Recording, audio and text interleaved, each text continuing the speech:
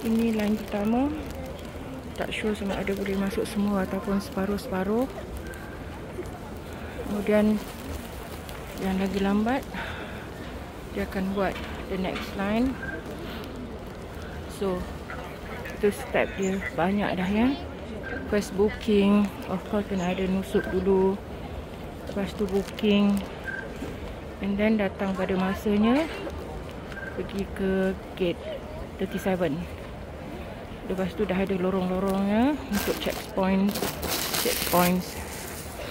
Dengan akhirnya nanti dia akan scan page QR, yang ada QR dalam nusuk tu. So memang make sure kena ada handphone lah. So untuk buat booking kena ada nombor visa ya.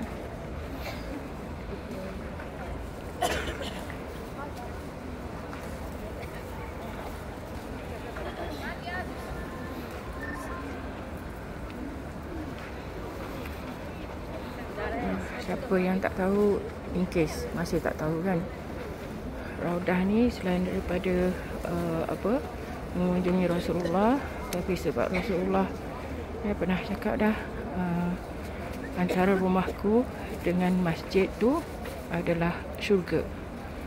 So kita datang ke syurga, dah ada di dunia ni syurga.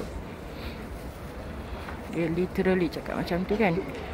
So dekat situ antara tempat-tempat yang mustajab sangat doa. So doalah apa-apa yang kita inginkan dalam dunia ni, as long as dia benda yang baik, doalah ya. Untuk lelaki memang lebih ramai yang boleh masuk sebab kawasan Raudah untuk lelaki lebih luas.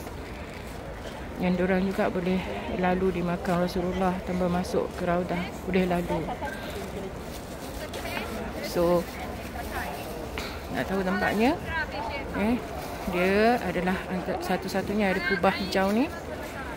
Dan kalau nak hotel-hotel yang dekat, antaranya Zamzam Pullman, and then what is that, View Al Madinah or something. Tapi apa-apa yang dekat dengan gate 37, gate dalam ya, pintu masjid, bukan gate luar tu. Gate luar tu dia hundreds, nombor dia hundreds.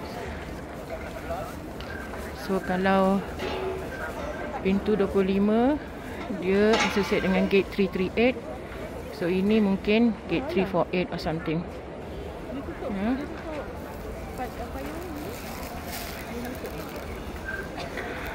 Mudah-mudahan selamat.